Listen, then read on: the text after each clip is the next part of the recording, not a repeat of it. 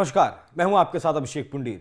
अरविंद केजरीवाल के पीए के साथ साथ जब से आम आदमी पार्टी स्वाति मालीवाल के साथ मारपीट के मामले में घिरी है, तब से आम आदमी पार्टी बौखलाई हुई है और अब आम आदमी पार्टी स्वाति मालीवाल के चरित्र हनन पर उतर आई है। अब आम आदमी पार्टी स्वाति मालीवाल को बीजेपी का एजेंट बताने लगी है, बीजेपी का मोहरा बताने लगी है और कहने लगी है कि अरविंद केजरीवाल को फंसाने के लिए स्वाति मालीवाल को बीजेपी ने मोहरा बनाया और यह साजिश बीजेपी ने रची है जिससे अरविंद केजरीवाल को फंसाया जा सके। हालांकि अरविंद केजरीवाल को फंसाने की कोई ठोस वजह बीजेपी के सामने नजर नहीं आती, क्योंकि वो पहले से ही इतने मामलों में घिरे हैं जिसका कोई जवाब नहीं। पहले आप एक बार आतिश सिंह को सुनिए, उसके बाद क्या कुछ है पूरा मामला वो आपको बताएंगे।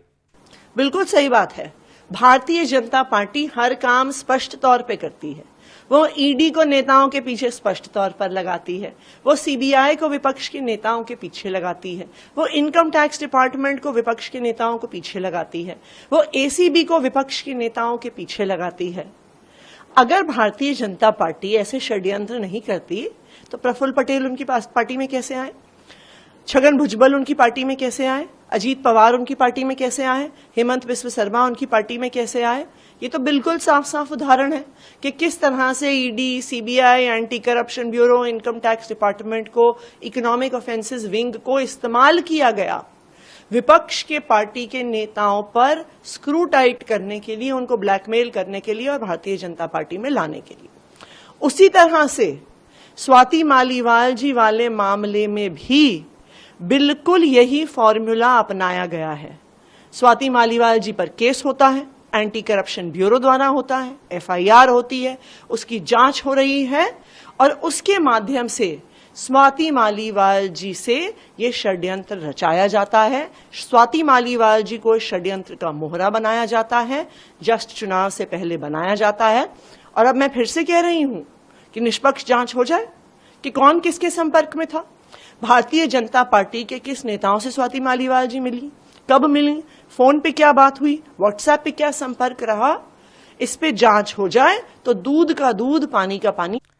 आतिश सिंह का आरोप है कि एसीबी की जांच से बचने के लिए स्वाति मालीवाल बीजेपी का मोहरा बनी है। जो मामला 2016 में स्वाति मालीवाल के ऊपर दर्ज किया गया था, जब वो दिल्ली महिला आयोग की अध्यक्ष थी, तब उनके ऊपर एक केस दर्ज हुआ, एसीडब्ल्यू की तरफ से केस दर्ज किया गया और उस वक्त जो बीजेपी की उपाध्यक्ष थी बरखा, उनकी तरफ से मामला दर्ज करवाया गया था। इस मामले में कहा गया था कि महिला आयोग में जो नियुक्तियां की गई हैं, 91 जो नियुक्तियां की गई हैं, उनमें से 85 नियुक्तियां अवैध तौर पर की गई हैं और ये इसलिए की गई हैं क्योंकि जो दिल्ली का महिला आयोग है उसे दिल्ली सरकार से ही फंड मिलता है। इनमें 65 जो भर्ती हैं वो महिला आयोग में की गई थी और 16 भर्तियां की गई थी जो हेल्पलाइन डेस्क पर जो महिलाएं बैठती हैं उनके लिए ये नियुक्तियां की गई थी। इस मामले में स्वाति मालीवाल के साथ 3 और महिलाओं पर भ्रष्टाचार के आरोप लगे थे। तो गौर करिए, ये मामला 2016 का है,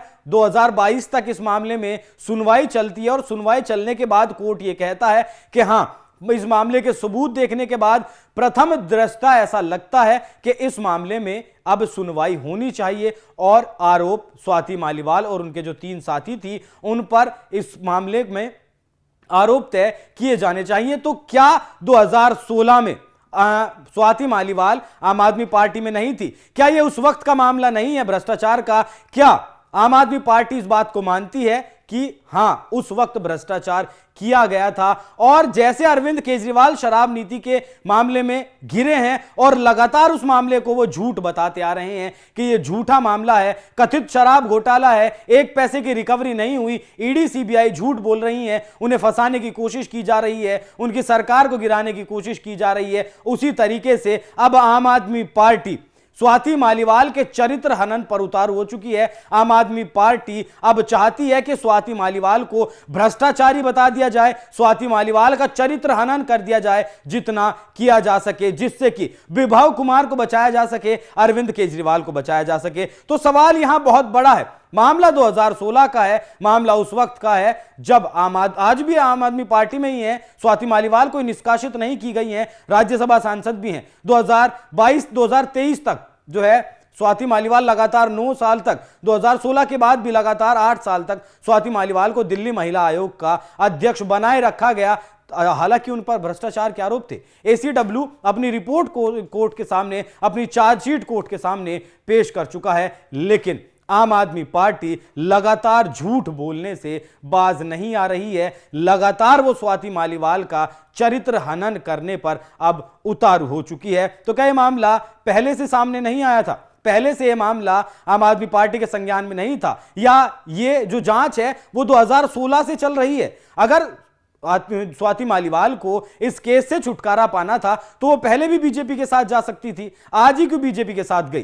तो लगातार जो ये झूठ आम आदमी पार्टी बोल रही है, उससे अब आम आदमी पार्टी का असली चाल, चरित्र और चेहरा दुनिया के, देश दुनिया के सामने आने लगा है। अब आम आदमी पार्टी चाहती है कि स्वाति मालीवाल को कैसे भी करके फंसा दिया जाए, साबित कर दिया जाए कि यह बीजेपी की साजिश है और किसी भी सूरत में विभा कुमार को बचाया जा सके स्वाति मालीवाल का चरित्र हनन करके। तो पूरी आम आदमी पार्टी, संजय सिंह हो, आतिशी सिंह हो या फिर अरविंद केजरीवाल हो, वो लगातार अपनी प्रेस कॉन्फ्रेंस में, अपने चुनाव प्रचार में इसी बात पर अड़े हुए हैं कि स्वाति मालीवाल बीजेपी की एजेंट हैं। वैसे इस पूरी खबर पर आपकी क्या कुछ राय है? कमेंट कर हमें जरूर बताएं। नमस्कार।